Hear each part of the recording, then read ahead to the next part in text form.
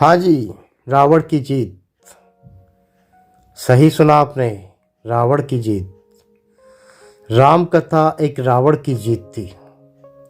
ये मैं साबित करके रहूँगा। अगर आप ये वीडियो पूरी देखेंगे तो अंत में मैं ये साबित कर दूंगा कि ये रावण की जीत थी। और रावण की जीत हो क्यों ना हो, ये तो सब विधि विधान का पहले से ही निश्चित किया हुआ लीला थी, निश्चित की हुई लीला थी। श्री राम की लीला थी। श्री राम का उद्देश्य ही यही था, त्रिदेव का उद्देश्य ही यही था। अपने इस उद्देश्य को पूरा करने के लिए श्री राम ने इस धरती पर जन्म लिया था और नारायण इस धरती पर आए थे। महाराज दशरथ के यहाँ उनका जन्म हुआ था। स्वामी विश्वामित्र उन्हें अपनी तपस्या पूर्ण करने के लिए अपने आश्रम लेके चले गए थे। वहाँ दोनों भाइयों ने राक्षसों का संहार किया, उनका उद्धार किया और स्वामी विश्वामित्र की तपस्या को पूर्ण कराया और उनसे गुरु के रूप में शिक्षा दीक्षा भी ग्रहण की और उनको गुरु के रूप में सम्मान भी दिलाया। स्वामी विश्वामित्र वहाँ से दोनों भाइयों राम लखन को लेकर राजा जनक के यहाँ पहुँचे। वहाँ पर श्री राम ने शिव जी का धनुष तोड़ा और राजा जनक की पुत्री सीता से विवाह किया। जब वो वापस लौट के आए अपने राज्य में तो महाराज दशरथ ने अपनी तीनों पत्नियों में से एक पत्नी कैकेयी को जो वरदान दे रखे थे उनके बदले श्री राम को वनवास की ओर प्रस्थान कराया। जब श्री राम वन में गए और वन में जाने के बाद में शूर्पणखा के साथ जो वहाँ पे संवाद हुए और लक्ष्मण ने शूर्पणखा की जब नाक काट दी तो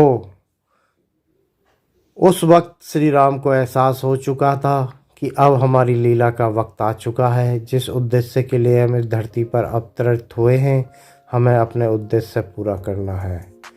और एक दिन अपने छोटे भाई लखन को वन में फूल लाने के लिए भेजा और सीता माता से कहा, हे देवी, आप अपने आप को माता अग्नि के सुपुर्द करें और अपनी छवि को अपने प्रतिबिंब को हमारे साथ रखें। अब हमारी लीला का वक्त आ गया है। हम आपकी छवि के साथ अपनी लीला पूर्ण करना चाहते हैं। जब हमारा उद्देश्य पूरा हो जाएगा तो हम आपको माता अग्नि से पुनः प्राप्त करेंगे। और यह कहकर सीता माता ने अपने आप को अग्नि के सुपुर्द किया और वहाँ से श्री राम ने उनकी छवि को साथ लिया और अपनी लीला शुरू की। आप ये ना समझें कि ये केवल श्री राम की लीला थी, ये एक तरह से रावण की लीला भी थी। रावण को अच्छी तरह पता था कि मेरा उद्धार केवल नारायण करेंगे। जब उनको पता चला कि शूर्पणखा की नाक काट दी गई है और मेरे खरदूषण भाइयों को मार दिया गया है, तो उन्हें एहसास हो गया था कि खरदूषण को केवल नारायण ही मार सकते हैं, कोई और नहीं। और उन्होंने उसी वक्त फैसला ले लिया था कि मैंने अपने जीवन काल में अपने ज्ञान से जो कुछ प्राप्त किया है, मैं उससे न केवल अपने आप को मोक्ष के लिए लेके जाऊंगा, बल्कि मैं अपने परिवार को, अपने राक्षस वंश को, सभी को मोक्ष दिलाकर रहूँगा।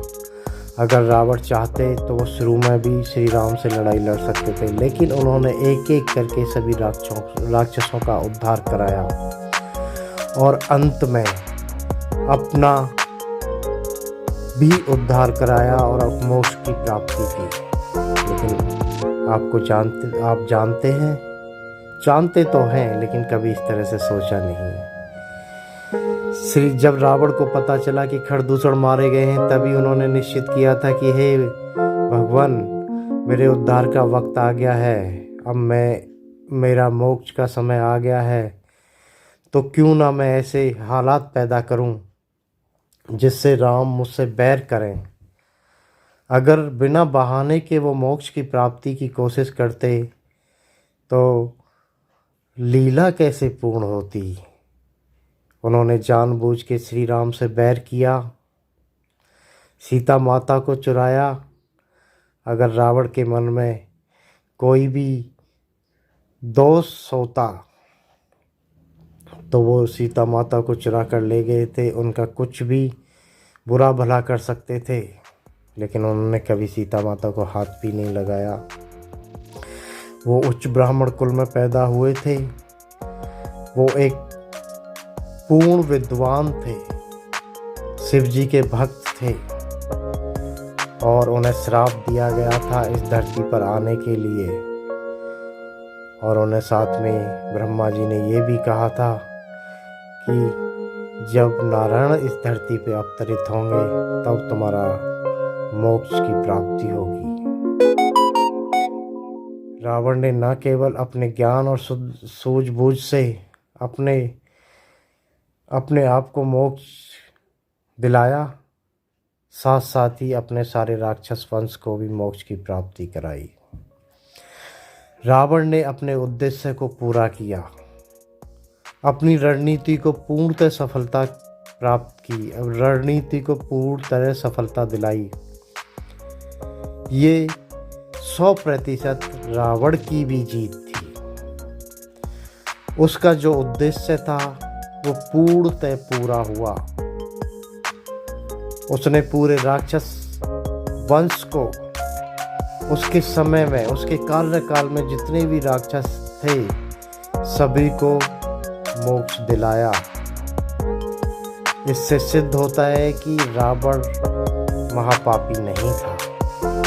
रावण अपने पुण्य के कर्मों से सभी का भला करना चाहता था और उसने भला किया। वो भी एक पुण्य आत्मा थी। जय श्री राम।